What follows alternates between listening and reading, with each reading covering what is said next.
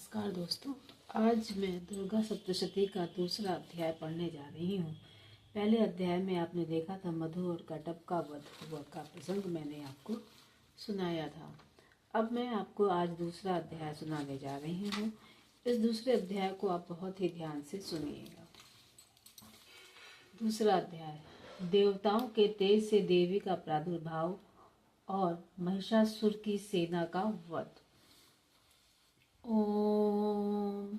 मध्यम चरित्र के विष्णु ऋषि महालक्ष्मी देवता उष्णिक छंद शाकांबरी शक्ति दुर्गा बीज वायु तत्व और यजुर्वेद स्वरूप है।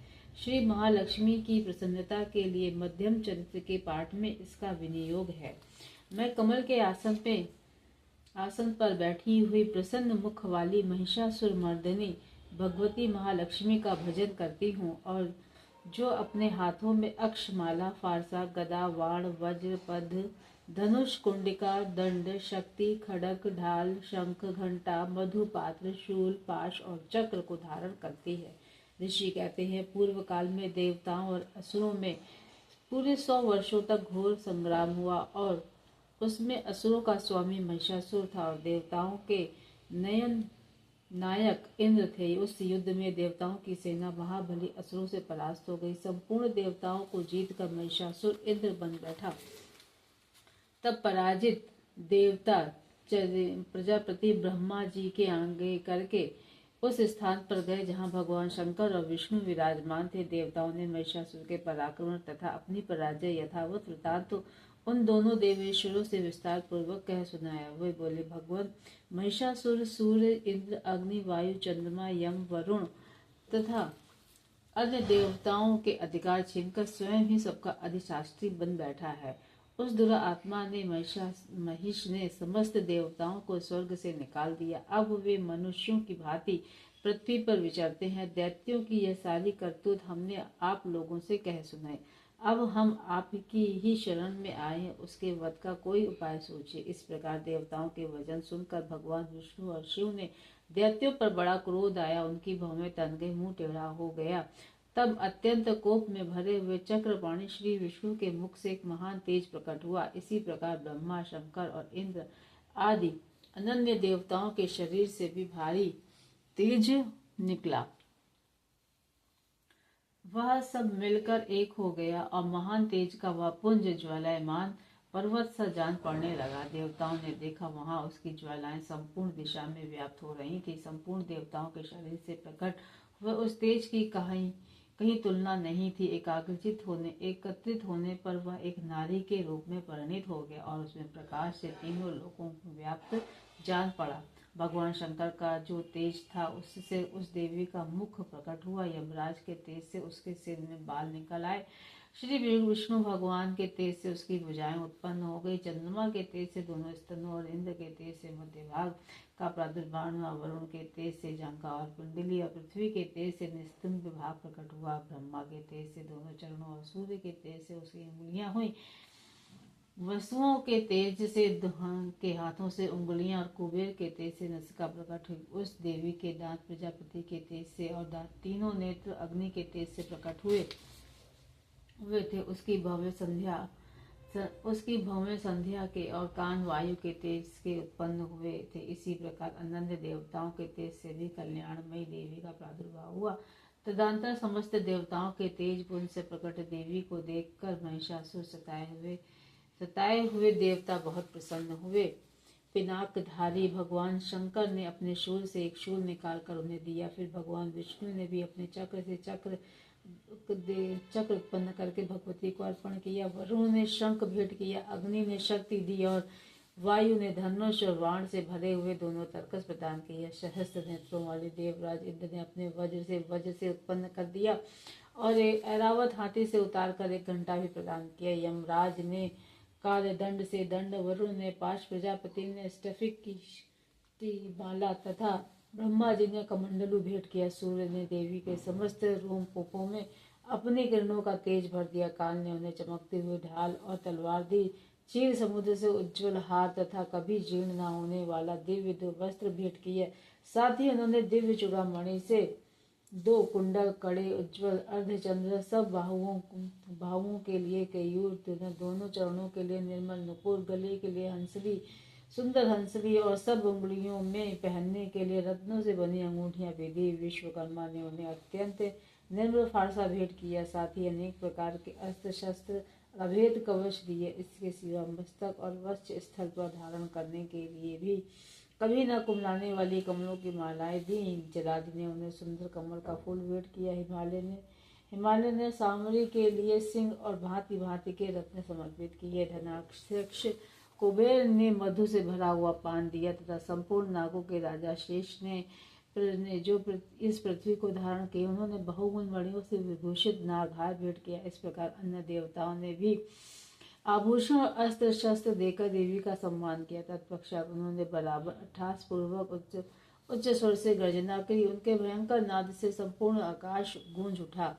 देवी का यह अत्यंत उच्च स्वर से किया हुआ सिंहनाद कहीं समा न सका। आकाश और उसके सामने लघु प्रतीत होने लगा। उससे बड़ी जोर ध्वनि उत्पन्न हुई, जिससे संपूर्ण विश्व में हलचल मच गई और समुद्र कांप उठे, पृथ्वी डोलने लगी और समस्त पर्वत हिलने लगे। उस समय देवताओं ने अत्यंत प्रसन्नता के साथ सिंहवाहिनी भवानी से कहा, देवी तुम्हारी जय हो। साथ ही महिषियों से भक्ति भाव से विनम्र होकर उनका स्तवन किया। संपूर्ण त्रिलोकी की शोभाग्रस्त देख दैत्य गण अपनी समस्त सेनाओं को कवच आदि सुसज्जित कर दिए। हाथों में हथियार ले सहसा उठकर खड़े हो गए। उस समस्त महिषासुर ने बड़े क्रोध में आकर कहा, यह क्या हो रहा है। यह फिर वह संपूर्ण असुरों से घिरकर उस सिंहनाद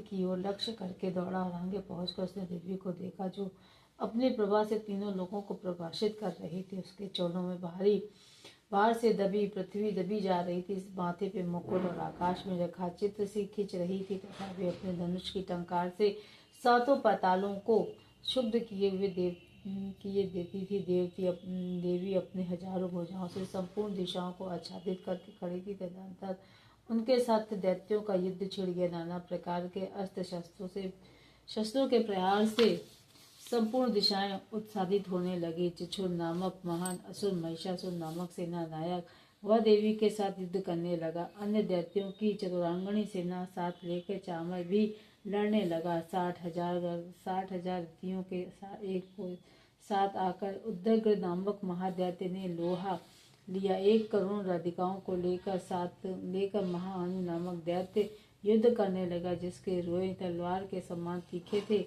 वह असिलोभा नामक महादैत्य 5 करोड़ रथी सेना सैनिकों सहित युद्ध में डटा रहा। 60 लाख रथियों से घिरा हुआ वाशकल नामक दैत्य भी उस युद्ध भूमि में लड़ने लगा। परिवर्तित नाम राक्षस हाथी सवार और घुड़सवारों से अनेक दैत्यों और 1 करोड़ रथियों की सेना लेकर युद्ध करने लगा। विडाल नामक दैत्य 5 अरब रथियों से घिर कर लोहा लेने लगा। इसके अतिरिक्त और भी हजारों महादैत्य रथ हाथी और घोड़ों की सेना साथ लेकर वहां देवी के साथ युद्ध करने लगे। स्वयं महिषासुर उस रणभूमि में कोटि कोटि सहस्त्र रथ हाथी और घोड़ों की सेना से घिरा हुआ खड़ा था। वे दैत्यों को देवी के साथ तोमर, भिंदपाल, शक्ति, मूसल, खड़ग, परशा और पट्टिशा आदि अस्त्र शस्त्रों का प्रहार करते हुए युद्ध कर रहे थे।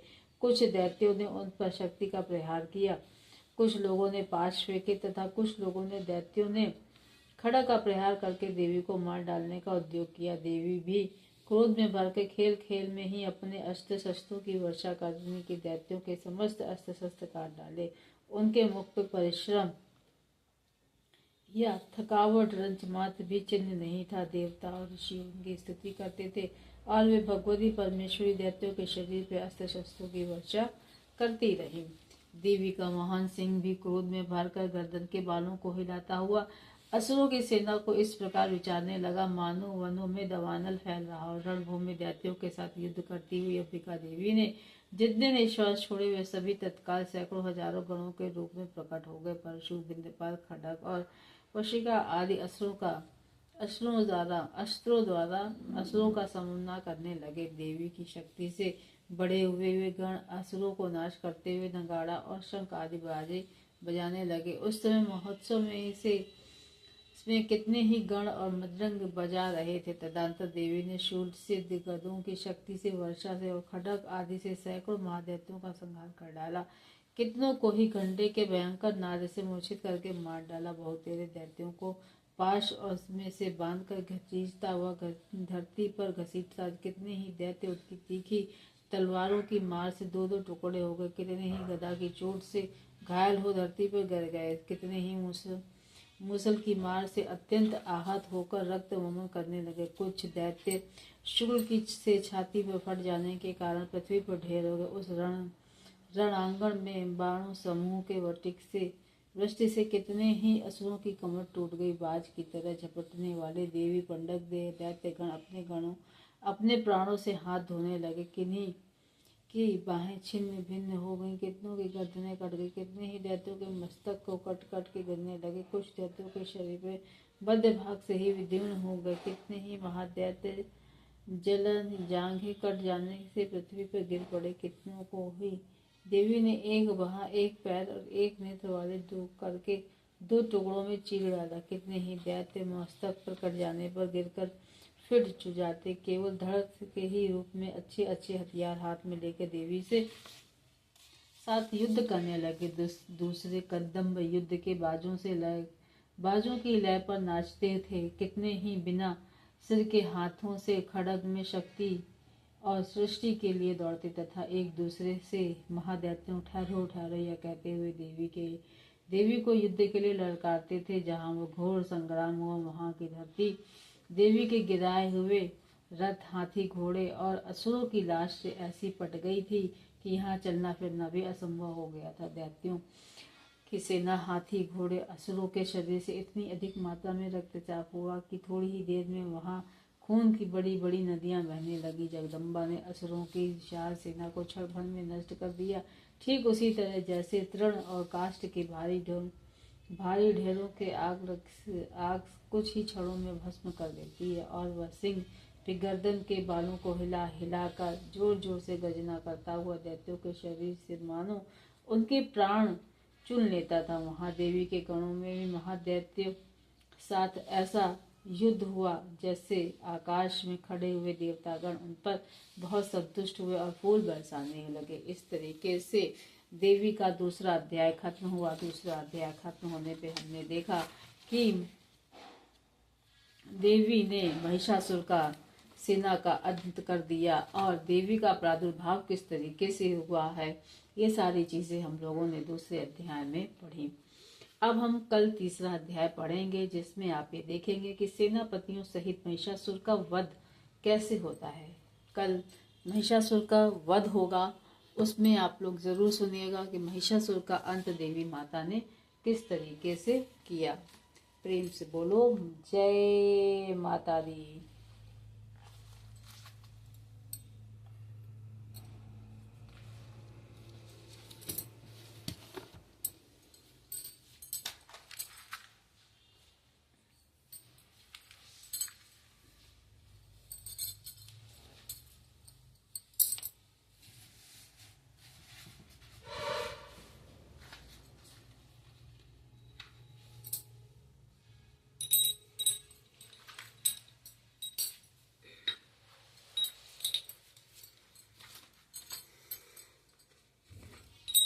अब हम लोग पढ़ेंगे दुर्गा चालीसा। नमो नमो दुर्गे सुख करनी, नमो नमो लंबे दुख हरनी, निरंकार है ज्योति तुम्हारी, लोक फैली उजियारी। शशील लाट मुख महाविशाला, नेत्र लाल भ्रकुटी विकराला, रूप मात को अधिक सुहावे, दरस करत जन अति सुख पावे। तुम संसार शक्ति लय कीना, पालन हेतु अन्य धन दीना, अन्य पूर्ण जगपाला, तुम्हें आदि सुंदरी बाला, प्रलय काल सब नाशनहारी, तुम गौरी शिव शंकर प्यारी, शिव योगी यश तुमरे गुण गावे, ब्रह्मा विष्णु तुम्हें नित्य ध्यावे, ब्रह्मा विष्णु तुम्हें नित्य ध्यावे। रूप सरस्वती को तुम धारा, दे सिद्ध बुद्धि ऋषि मुनि नो बारा, धरा रूप नरसिंह को अम्बा